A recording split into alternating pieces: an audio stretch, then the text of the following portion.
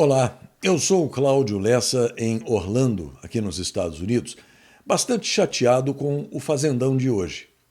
Traficantes blindados, banqueiros blindados, corruptos blindados, meliantes de toga blindados. Mas a moça do batom está presa. E eu lembro a você que estou de volta ao YouTube no canal CL News LLC. Se inscreva, ative o sininho, avise para todo mundo. Nós precisamos de recuperar o tempo perdido. Hoje, 11 de dezembro de 2025, é o Dia do Engenheiro, o Dia Nacional das APAES, o Dia Internacional do Tango, o Dia Nacional da Câmara Júnior, o Dia da Infantaria da Aeronáutica e o Dia Internacional das Montanhas.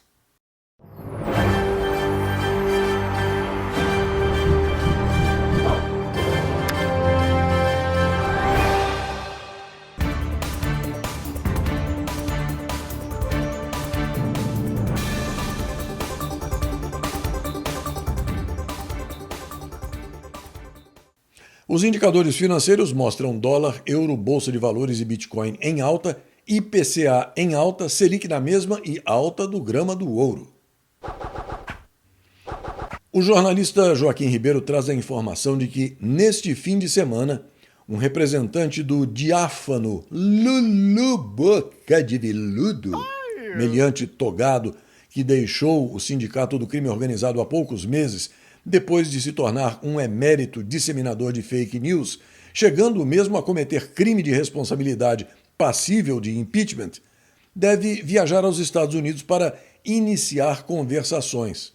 O Joaquim lembra que, em 14 de maio deste ano, ele publicou uma notícia dizendo que, após um possível acordo com os Estados Unidos, Lulu Boca de Veludo deveria deixar o sindicato do crime, o que efetivamente ocorreu.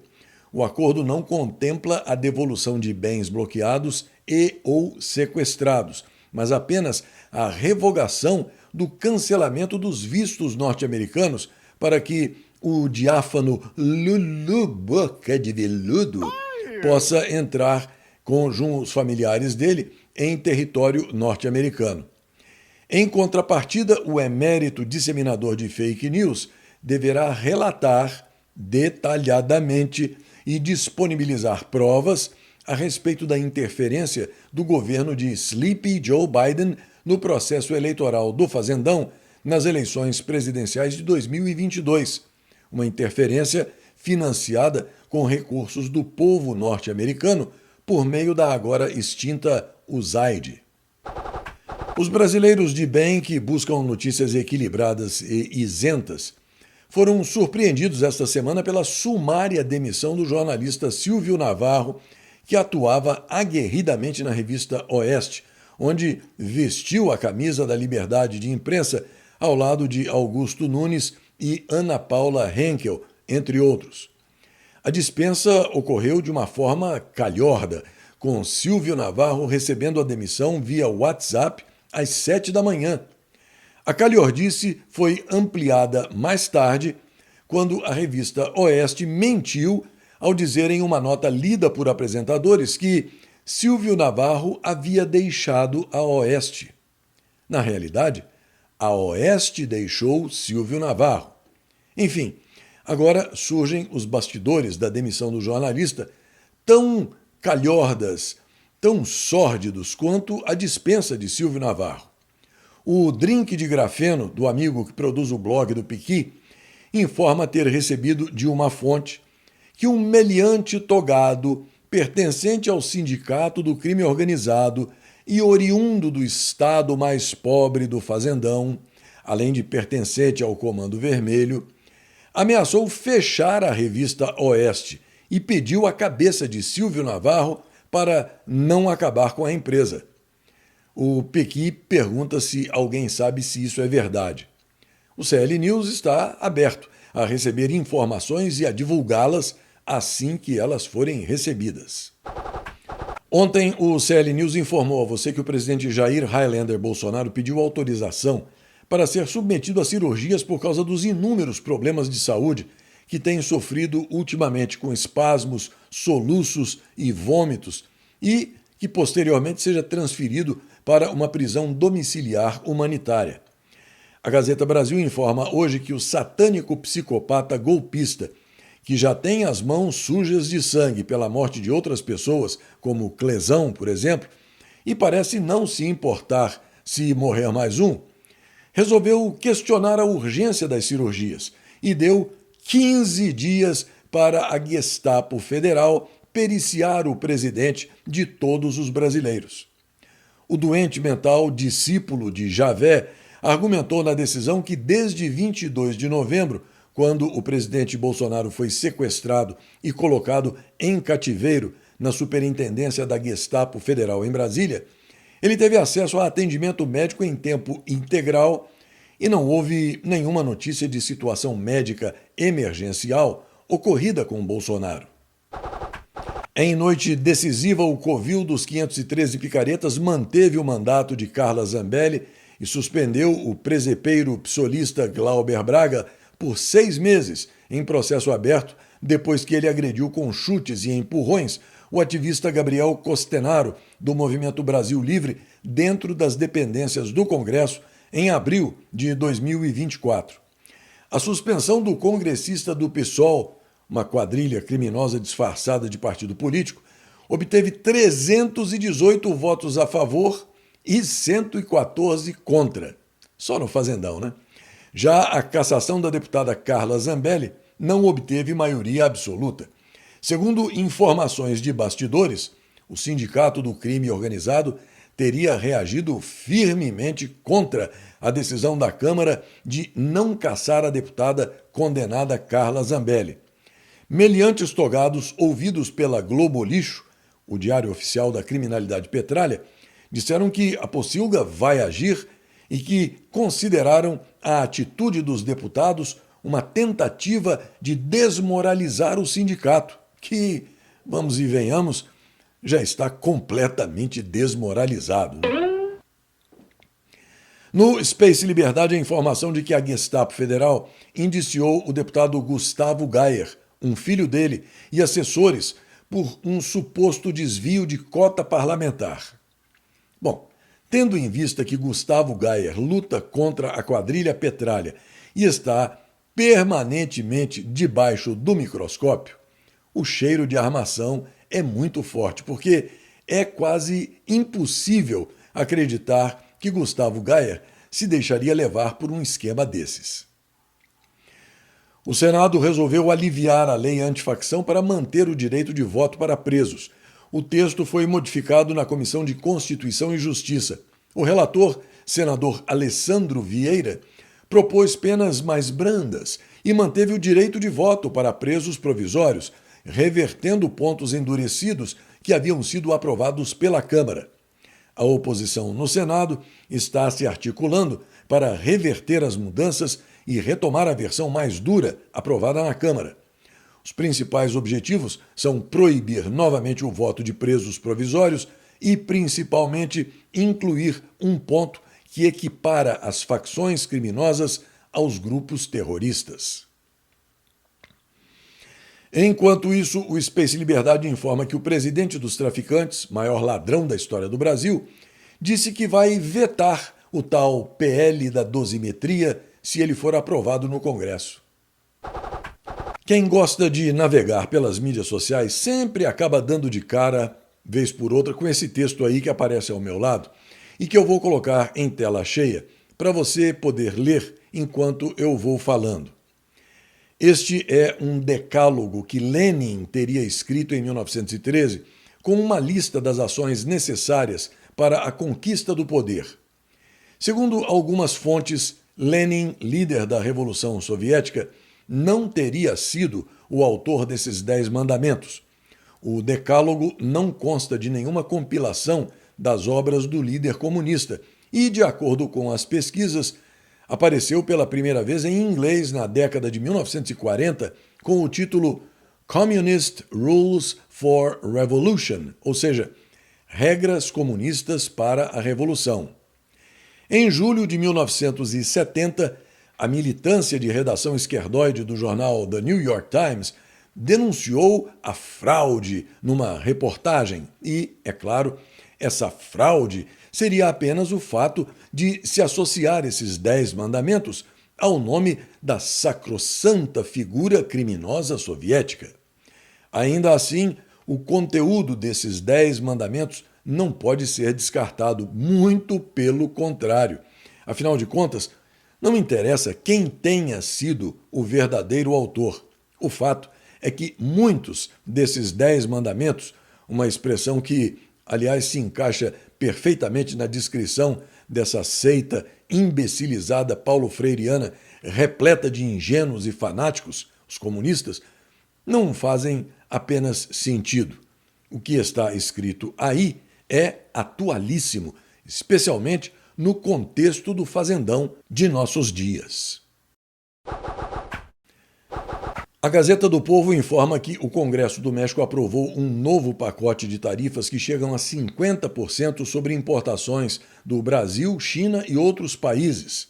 A cobrança mínima com a nova medida será de 35% sobre cerca de 1.400 produtos de 12 países com os quais o México não possui acordos comerciais. O gigante asiático é o principal afetado. De acordo com a narco-presidente Claudia Sheinbaum, a política se tornou uma necessidade para impulsionar a produção nacional e deve entrar em vigor já em janeiro de 2026. Além de Brasil e China, outros países afetados são Coreia do Sul, Índia, Indonésia, Rússia, Tailândia e Turquia. Essas tarifas serão aplicadas a bens como metais, carros, roupas e eletrodomésticos. O Banco Central resolveu manter a taxa Selic em 15% ao ano. O Comitê de Política Monetária decidiu pela 4ª reunião seguida não reajustar a taxa básica de juros. E eu peço novamente um pouquinho da sua atenção para falar com cada espectador que aprecia e acompanha esse meu trabalho jornalístico sobre a necessidade de ajuda. Eu peço que você contribua com o que puder, com o que quiser, não importa o valor. Eu gostaria de sugerir a você uma espécie de compromisso informal ou no fio do bigode, como se falava antigamente, onde você determina a regularidade do envio da ajuda. Pode ser semanalmente, pode ser a cada 10 dias, a cada quinzena. O importante é que essa ajuda seja constante. O número de netespectadores que me acompanha, que me elogia e que compartilha o meu trabalho é bastante grande, continua crescendo. E eu agradeço a Deus e a cada um por isso. Mas, infelizmente, são poucos os que efetivamente contribuem. Por isso, ainda que constrangido, eu volto a pedir. Se você puder, procure me enviar uma ajudinha de qualquer valor, seja semanalmente, a cada 10 dias, a cada 15 dias. O importante é a regularidade, a constância. Mais uma vez, muito obrigado pela sua atenção, esperando a sua colaboração, que é fundamental para a sobrevivência desse trabalho informativo. Na revista Oeste, a informação de que as universidades do estado de Santa Catarina poderão ser multadas em R$100 mil se criarem cotas com base em critérios raciais. A norma abrange não apenas o ingresso de estudantes, mas também a contratação de docentes, técnicos e outros profissionais. O projeto aprovado na Assembleia Legislativa Catarinense ainda precisa ser sancionado pelo governador Jorginho Melo. O portal UOL informa que o dono do Banco Master, Daniel Vorcaro, doou um apartamento de R$4.300.000 na região da Faria Lima, em São Paulo, para uma Sugar Baby, a influencer Carolina Trainotti, que, por coincidência, é ré por lavagem de dinheiro. Essa moça, Carolina Trainotti, tem 34 mil seguidores no Instagram, onde exibe viagens frequentes para roteiros de luxo, nacionais e internacionais. O portal UOL diz que procurou Carolina Trainotti por telefone e no apartamento, mas ela não respondeu. O advogado dela disse que ela não iria comentar a doação do apartamento. Ainda segundo o UOL, Daniel Vorcaro e os advogados dele foram procurados mas também não responderam. De onde se conclui, depois de uma notícia dessas, que ou Daniel Vorcaro tinha dinheiro saindo pelo ladrão, ou essa Sugar Baby Carolina Trainotti é top das galáxias, capaz de fazer até o canguru perneta, né? Oh, yeah! Com o aval do Senado, o Exército Brasileiro prepara a doação de blindados e ponte flutuante ao Paraguai. A aprovação urgente no Senado reacendeu os debates sobre a cooperação militar regional, transferência de blindados antigos e reforço estratégico entre Brasil e Paraguai, revelando como equipamentos obsoletos ainda influenciam alianças, logística de defesa e a modernização das forças terrestres sul-americanas. O Brasil registrou 2.380.000 nascimentos em 2024, a maior queda em 2 décadas. O recuo de 5,8% marca o 6º ano seguido de redução na natalidade.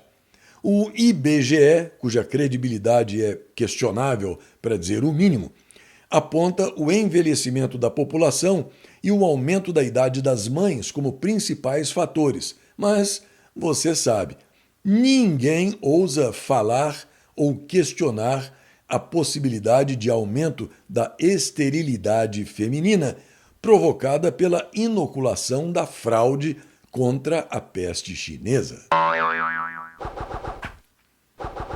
A doutora Roberta Lacerda publicou uma notícia de última hora com o anúncio oficial feito pelo secretário de Saúde norte-americano Robert F. Kennedy Jr. de que o mercúrio foi removido de todas as vacinas e com o pedido de que todas as autoridades de saúde mundiais façam a mesma coisa para evitar que essa potente neurotoxina seja injetada em seres humanos. O Egito quer abrir um túnel de 80 quilômetros e deixar o mar Mediterrâneo invadir o deserto do Saara.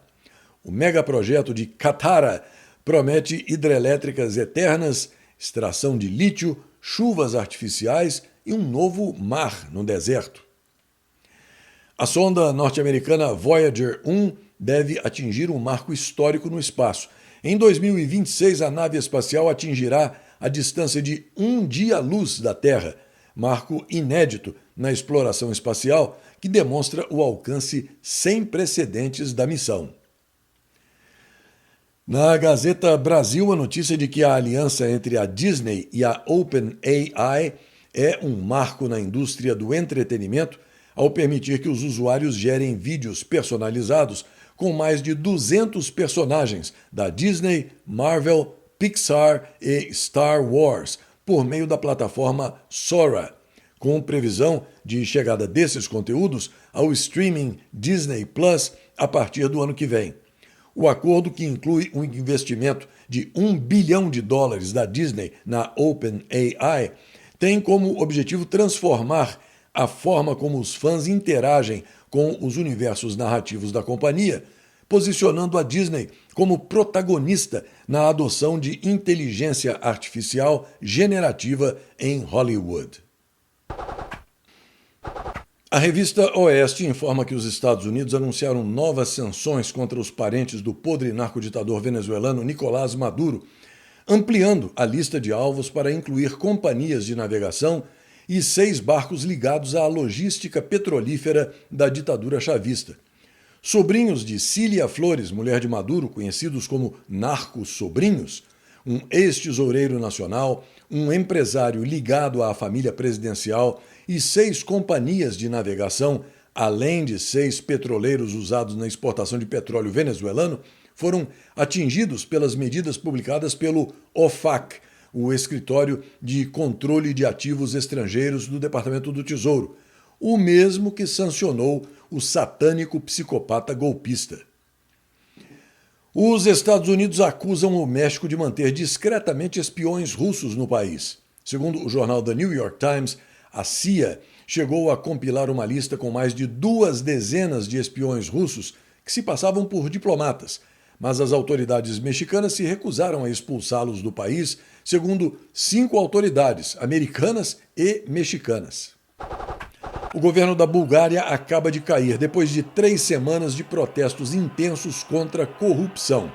Primeiro-ministro Rosen Zeliavskov, do partido centro-direita alinhado a políticas pró-União Europeia, renunciou hoje, menos de um ano após assumir, diante da insatisfação pública com a corrupção endêmica e as políticas econômicas impopulares. Segundo os observadores, a economia da Bulgária estava insustentável. A população búlgara, aos milhares nas ruas, enfrentou o governo e foi até as últimas consequências. E hoje veio a renúncia. Se você gosta de dirigir e de emoções fortes, esta notícia é para você. Com 99 curvas fechadas, 11 quilômetros de extensão e 1.300 metros de altitude, a estrada considerada a mais sinuosa e perigosa do mundo desafia motoristas na China em um dos trajetos mais extremos do planeta. Construída em meio a encostas com declives brutais, a estrada se tornou um dos trajetos mais desafiadores do país. Em alguns trechos, o motorista se vê a poucos centímetros de um abismo que despenca centenas de metros abaixo, enquanto a curva seguinte já exige uma manobra precisa e controlada. Não há momento de descanso. Cada curva esconde outra e cada metro da pista parece testar os limites de quem passa por ali. Neste dia 11 de dezembro, em 1792, era iniciado em Paris o julgamento do deposto rei Luís XVI, que acabou sendo condenado por alta traição e guilhotinado. Em 1868, durante a Guerra do Paraguai, as tropas brasileiras derrotavam os paraguaios na Batalha de Avaí. Em 1901, o físico e inventor italiano Guglielmo Marconi transmitia o primeiro sinal de rádio transatlântico desde a Inglaterra para São João da Terra Nova, no Canadá. Em 1913, mais de 2 anos depois de ter sido roubada do Museu do Louvre, em Paris, a pintura Mona Lisa era recuperada em Florença e o ladrão, o italiano Vincenzo Perugia, era imediatamente preso. Em 1929, era anunciado o projeto do Empire State Building, em Nova York, que com 102 andares chegou a ser o edifício mais alto do mundo. Em 1972, a Apollo 17 se tornava a 6ª e última nave da missão Apollo a pousar na Lua. Em 2001, a República Popular da China ingressava na Organização Mundial do Comércio. E em 2011, ocorria o plebiscito sobre a divisão do estado do Pará em 3 partes: Pará, Tapajós e Carajás. Esta edição do CL News está quase terminando, mas eu aproveito para agradecer a você dessa grande família patriota que me recebe na sua casa, que prestigia meu NetJornal, que me envia mensagens, que eu leio todas, mas nem sempre consigo responder. Lembrando que os números do Pix estão aí, ao meu lado, como sempre, porque a sua ajuda constante e de qualquer valor, não importa, é fundamental para eu poder continuar nessa tarefa de tentar fazer com que você forme a sua opinião sem depender dessa militância jornalista que infecta as redações dos jornais e emissoras de rádio e TV do Fazendão. No novo canal do YouTube você pode acompanhar o Jornal dos Jornais, que vai ao vivo todas as manhãs, além do CL News e do segmento de orações, publicados no começo da noite. Além do YouTube, você pode fazer o mesmo pelo meu website, é claro. Acesse e guarde o link clnewsoficial.com nos favoritos do seu navegador.